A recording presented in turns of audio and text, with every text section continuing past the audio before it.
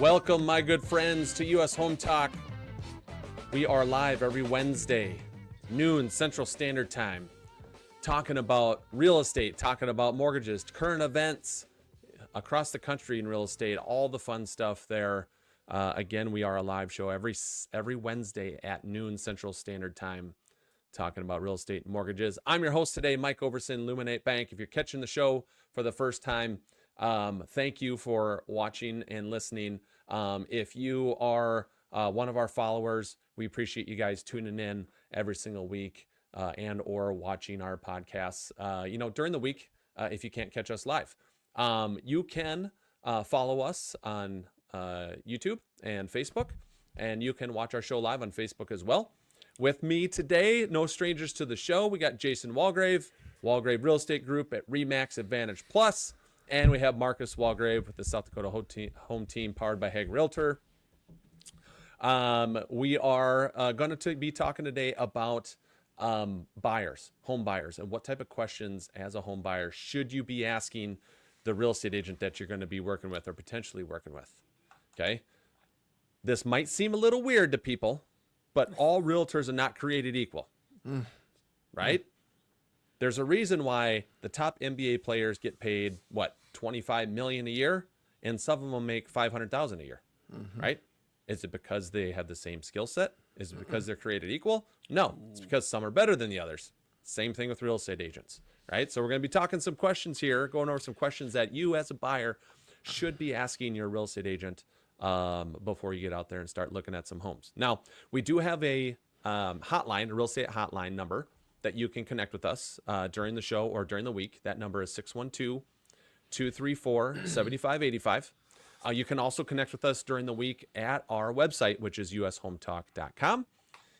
There we have tons of free reports, buying, selling, information about us. You can connect with us and our preferred partners as well through the website. So feel free to check us out at ushometalk.com at any time during the weekend to connect with us. So, all right, we're going to dive into these questions here. So you're a home buyer out there in today's market, and you are looking for a real estate agent to work with to help you find the house of your dreams. What questions should you be asked them? So question number one kind of seems like a weird question, right? It kind of seems like very elementary or basic, but the question is, are you a realtor?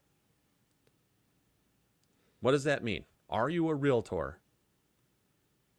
You want me to start, Marcus? Who wants to take it? Well, let me just go ahead and take this one. The oldest, going first, right?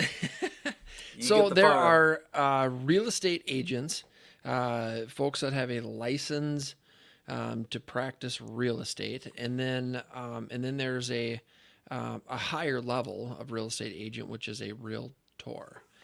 They are part of the National Association of Realtors, which has it has a lot more expectations. It has a higher level of rules and ethics that the agents have to abide by. And it really it was set up a very long time ago with the consumer in mind. And so most real estate agents are realtors, but not all are. And so I think it's a great first question is, are you a realtor? Are you part of the National Association of Realtors? So real estate agents, they all have a license, right? They are all licensed agents. Yep. But if you will, the cream of the crop, if I'm Macho Man Randy Savage, the cream of the crop rises to the top, right? So the cream of the crop, Macho Man Randy Savage would say that would be the realtors, right? The ones that are part of the National Association of Realtors. Yes. And there's a higher level of ethics and standards and stuff to become a realtor. So if you want to work with, I guess, the best of the best, the realtor is what you want to go with. Yes. Perfect. How was my Macho Man Randy Savage pretty good. Oh, yeah. Not bad. I wish I had like a little thing of creamer in front of me, because whatever. No, anyway, you need a Slim Jim is what you need. Yeah, Slim Jim. All right, question number two. So, and again, this is if you're a buyer out there, you're a home buyer out there, you're looking to work with a real estate agent to go help you find that house. What questions should you be asking that buyer's agent? Number two is, what type of services can you provide me? Jason, I got this one.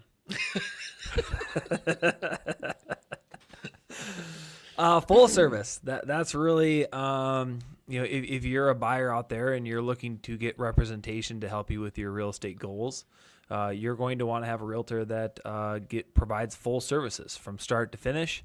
And that's all the way from consultation to post-closing. There are so many steps to a real estate transaction. A lot of what I would say hurdles you can overcome. And the right real estate professional, the right realtor representing you, who can provide you with a full real estate services, they're going to be able to overcome any hurdle that comes in front of them and get you to the finish line and beyond, and also service your needs post closing as well. It's a lifetime relationship with the right type of realtor.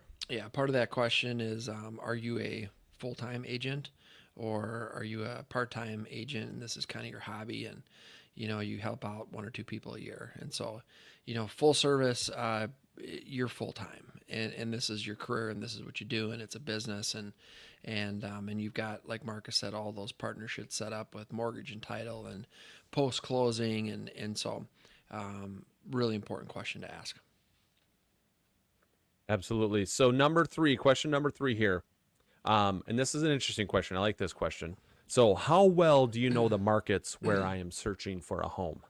Yeah, I mean, so important, right? Are you, where do you focus your expertise in real estate? A lot of times, I mean, there's neighborhoods that are separated by a street, where you've got one house, across the street is in a different neighborhood, and it has different values. It has different different amenities or neighborhood amenities rather. And so, do you know the neighborhood? And so we, it's a really important question. We work with a lot of people relocating into Minnesota, into the 13 county Twin Cities metro. And once we find out where they want to be, we try to pair them up with one of our agents that are, they do the majority of their business in that area, that they're an expert in that neighborhood.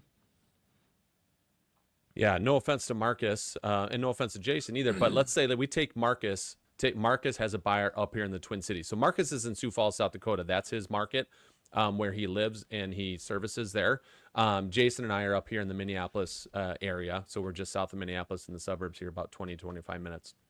So if you look at my particular neighborhood, I have a Burnsville address, but it's a Lakeville North School District. Okay. The value of my house will greatly change if it's a Burnsville address and in the Burnsville School District versus being in the Lakeville North School District. Right. So knowing that line and knowing that fact right there can be pretty big, because you could be looking at a house on the one side of the line being like, man, there's comps to support, values that are 150 grand higher for that house. Like, it's a great deal. But they don't know that one's in the Burnsville School District, right? And that's what comes with the Burnsville School District. Whereas if you cross the line to Lakeville North, you instantly get the bump in the value. And so sometimes, like Jason was mentioning, I mean, it's very specific to neighborhoods and sides of the street. One side of the street literally might bring a completely different value just because of the fact of there's a school district change or something like that. Yeah, I kind of ran into that a couple weeks ago. I had a gentleman call me up, and he has a Twin Cities lake home. And I'm licensed in Minnesota because Rock County, Minnesota, the southwest county in the state of Minnesota, is part of the Sioux Empire, which is the Sioux Falls and greater area. So I have a dual license. I have a South Dakota license where majority of my business is done, in Minnesota as well. But he called me up and said, "Hey, what do you think? Are you interested in this one?" I said, "Yeah, I'm interested in your property, but I wouldn't be able to service you. I wouldn't have any idea what to do. I don't know the market up there. So, what I would do is I just, recommend that you reach out to my brother, Jason, and have the conversation with him." And, yes, I'm licensed. I could have, if legally, I was licensed to do it. I could have, but that kind of falls back to that first question with the realtor. The standards of ethics and practices that we abide by. It wouldn't have been right for me to say, "Oh yeah, I can take that listing on and in the Twin Cities, a lake house in the Twin Cities, it would have been a disservice." So, yep. Yeah, same thing down in Sioux Falls. I guarantee there's neighborhoods and this and that down in Sioux Falls that Jason and I would have no idea right? About, but that's where you use a local expert. That's where Marcus would come in, right? He knows those things. And so it does make a difference to work with someone who knows your specific neighborhood and your specific market there. Okay. Number 4, question number 4 of the questions you should be asking a buyer's real estate agent before you start working with them. Do you have experience working with buyers in my situation? That's a good question. I think kind of falls into that full-time realtor, right? I mean, we, as us full-time realtors, we're working Monday through Saturday, and in some cases, if we have to, on Sunday as well. And there's so many different situations for one client to the next. Jason mentioned about a relocation. There's different things at play when you're relocating for a job, from one state into the next. And okay, how are we going to do that? How are we going to manage closing? How are we going to, we got to have some short-term, living because I got to start work in 2 weeks. But I got to get my family over there in 90 days. Do you have experience with somebody in my shoes? If you can say, yes, I do. I do this on a weekly basis. So I mean, just help somebody relocate a couple weeks ago. That individual is going to be confident that they're going to be serviced the way they need to be. Yeah, that's a really good question. What comes to mind for me is a divorce situation, or a first-time home buyer situation that needs some grant money, or an estate. You've got, the folks have passed and the house is owned by, 3 or 4 siblings. How do you manage that transaction? So, really good question to ask. And you would definitely want to be working with an agent that has experience with your specific situation. Yeah. The amount of moving parts in some of these situations is right. It's more complicated than an automatic transmission, right? There's just so many there's so many things going on, right? Have you guys ever pulled apart a transmission before? An automatic? Nope. Right? I don't even dare go there, right? But I'm sure Evan has. He's probably shaking his head. It's like, yeah, I mean, good luck. Take that thing apart and good luck trying to figure out how that thing works. Right, Evan? I mean, I don't know. Once you take it apart, it's all pretty simple, other than the putting it back together part. Exactly. That part's important. Yeah, that part. Right? But there's so many moving parts to this thing. And so it's like they're a good experienced real estate agent who has helped other clients in that area. It's like, okay, this worked well. That didn't work well. Things like that. Just having that experience to know it's like, hey, this seemed to work the best for this particular situation. What do you think? So question number 5. All right. Can you tell me about your approach to scouting properties? Yeah, that's a really good question. So, typical agent, I've got access to all the properties. They're on the MLS, and I can get you set up on a search and blah blah blah, right? And so, well, anybody can have access to that. You just got to go to Zillow or Homes.com or Realtor.com. But what other ways are you going to help your buyer find their home? Do you deal with off-market properties? We deal with a ton of off-market sales. We have a network of buyers and sellers that will only sell their property off-market. And so, and what else are you doing? I mean, I can't tell you how many times a year we go out and we go door to door in a neighborhood. So I've got one set of buyers. They want to be in a specific neighborhood. There's 35 homes. That's it. And so we've gone there 4 times this year, door to door, knocking on the doors. Hey, if you're thinking about ever selling, please let us know. We got a buyer that wants to be in this neighborhood and this neighborhood only. So what additional ways is your agent going to be thinking outside the box to help you achieve your purchasing goals? Now, again, we're covering the top 10 questions a buyer should be asking a buyer's agent when they're looking for a house. We're going to pause for a legal minute right now here, and then we're going to hit the rest of this list. This is Jeff O'Brien, attorney with Hush Blackwell with the U.S. Home Talk Legal Minute. Commercial lease agreements typically come in one of 2 varieties, triple net leases and gross leases. A triple net lease is a lease in which the lessee pays rent to the lessor as well as all taxes, insurance, and maintenance expenses that arise from the use of the property. In the typical triple net lease, the lessee pays a fixed amount of base rent each month as well as an additional rent payment which constitutes 1/12 of an estimated amount for taxes, insurance, and maintenance expenses, also called CAM or common area maintenance expenses. At the end of the lease year, the estimated amounts are compared to actual expenses incurred, and an adjustment is made depending on whether the tenant paid too much or too little through its monthly payments. By contrast, a gross lease is a property lease in which the landlord agrees to pay all expenses which are normally associated with ownership, such as utilities, repairs, insurance, and sometimes taxes. The tenant pays a fixed amount each month and nothing more. A landlord involved with a gross lease has likely factored in the various expenses when agreeing to a fixed monthly payment amount. Whether a lease is triple net or gross is important in terms of what terms and provisions are to be included within the lease agreement. Hence, consultation with an attorney is a must. This is Jeff O'Brien, attorney with Hush Blackwell with the U.S. Home Talk Legal Minute. That was a fantastic legal minute. Thank you, Jeff O'Brien. Thank you, Jeff. All right, number 6 here. Number 6 question you should be asking your buyer's agent: what will be included in our written buyer agreement? This one. What's going to be included? I mean, the it's going to define the type of relationships that the client is going to want, whether that's single agency, appointed agency, limited agency in our state. We call it dual agency in Minnesota. Transactional brokerage. It's also going to detail the duration of the contract.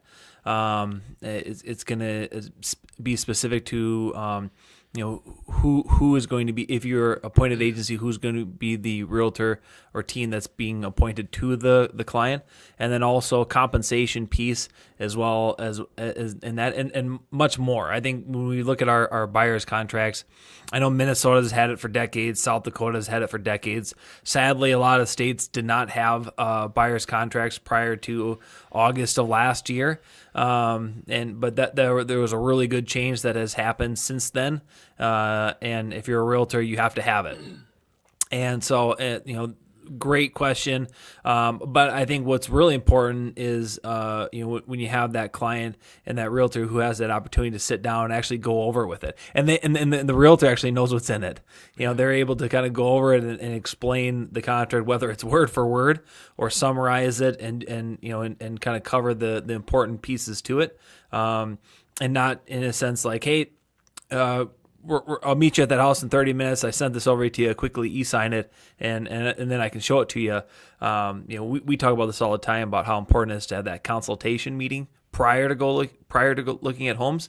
You don't need to have a contract in place to sit down and have this 10-question interview with your realtor. And this is a great time to kind of go over some contractual documents and ask those questions, because once you start getting into looking at homes, you're not really going to be that interested in knowing what the details of a buyer's contract. You want to have those questions answered prior to, and then you can focus on the important thing, and that's finding the house for you or the piece of real estate that you're looking to purchase. Yep, that's a great question. And then this 7th question here kind of goes along with that: is how long will we work together? Yeah, a part of that buyer agreement is the duration of the relationship, and we typically are working with buyers on a 6-month term. Sometimes it's 12 months, depending on if they're looking for something very unique or specific, and we feel that it's going to take longer. So, and that'll be right in that buyer agreement, how long that relationship is to last.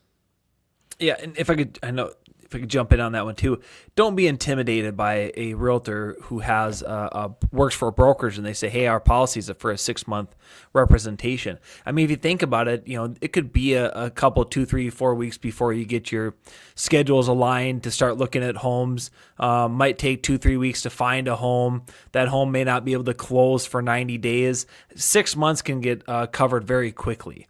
And I can tell you right now, if you're wanting a realtor who is a full-service, full-time realtor, they're going to want the opportunity to service your needs.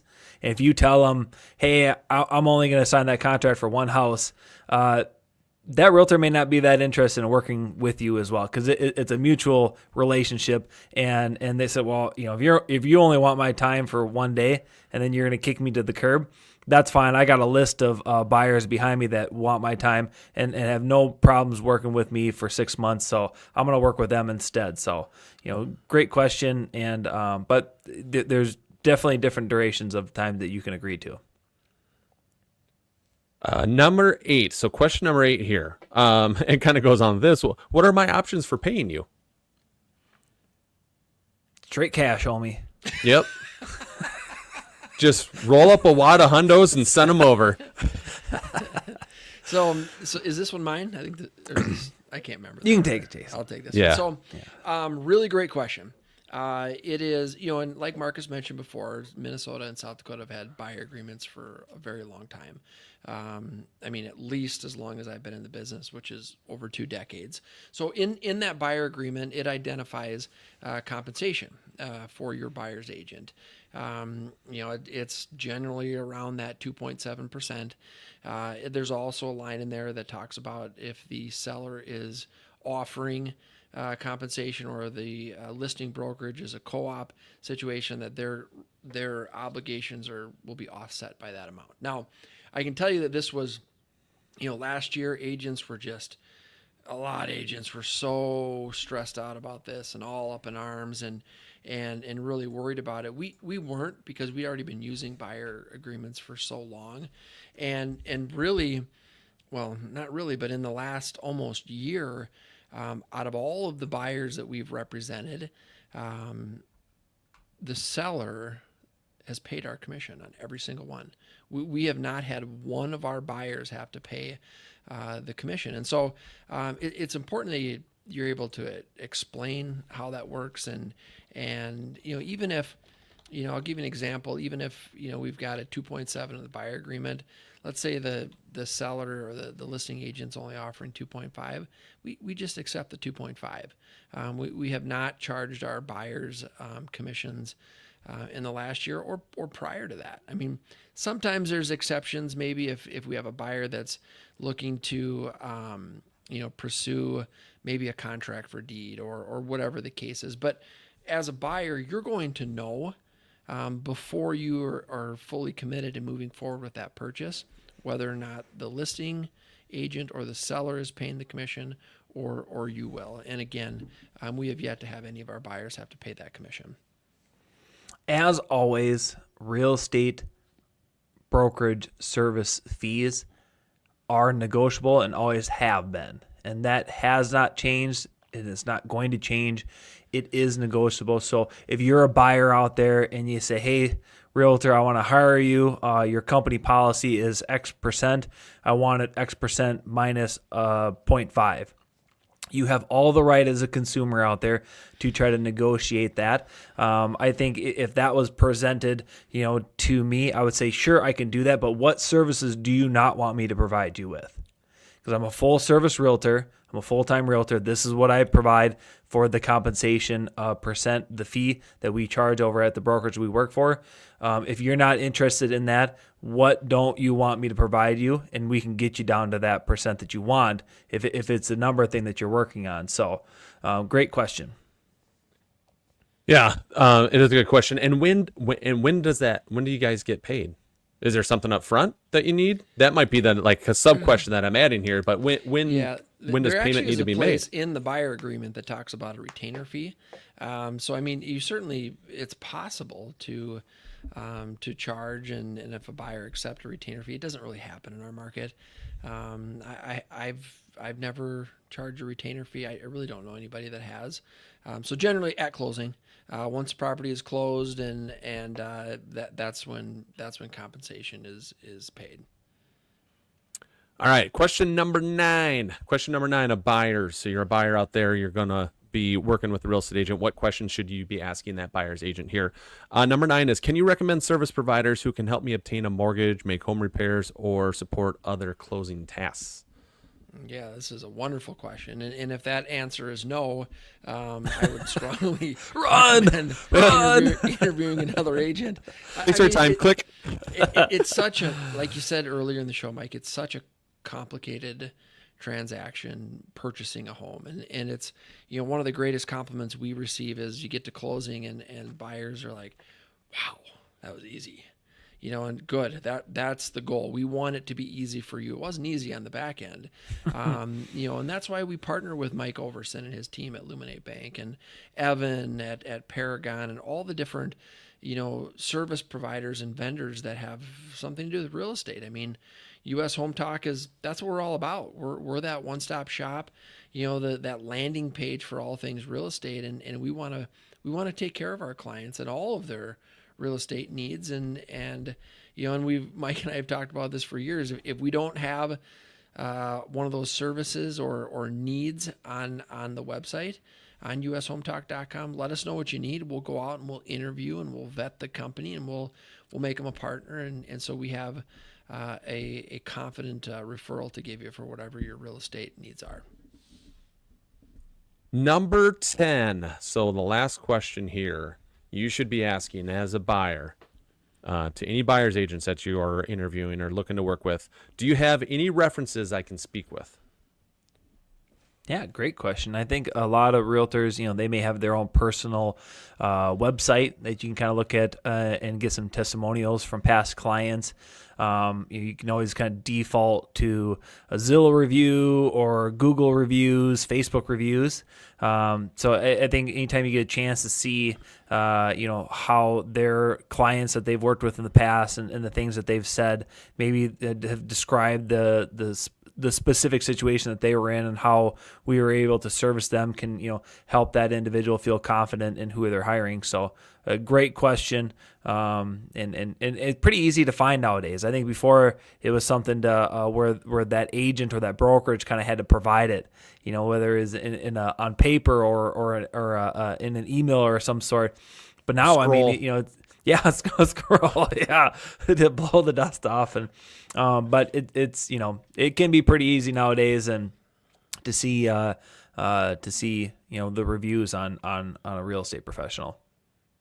Yeah, online reviews are great, and any agent that's been in the business any amount of time that's had happy customers, they will have customers and past clients that would be happy to talk to the next person to vouch for you, if you will. If they don't have anyone that would physically be willing to call them, well, then maybe they weren't that good. Yeah. I mean, you know what I mean? Because I can think right now, I could think of at least 10 people off the top of my head. It's like, I know that person for sure. If I said, hey, someone's looking to use me for a loan, would you be able to just talk to them and give you, your 2 cents on working with me? What's that like? Yep. Those people are like, yeah, I'd do it all day long for you. Those types of happy clients, right? I know Marcus has those clients. I know Jason has those clients. But maybe not everyone does. And so it's one of those things where, we know in this group, we know that we do have clients that would, at the drop of a hat, would be like, yeah, I'm happy to talk to that person. So, well, we appreciate everyone joining our show today. We'll be back next Wednesday with another live show, Wednesday, noon Central. You can catch us on Facebook. You can catch us at our website, US Home Talk, throughout the week. And we appreciate everyone joining us. So on behalf of Jason Walgrave and Marcus Walgrave, I am Mike Overson with Luminate Bank. We'll catch you next week.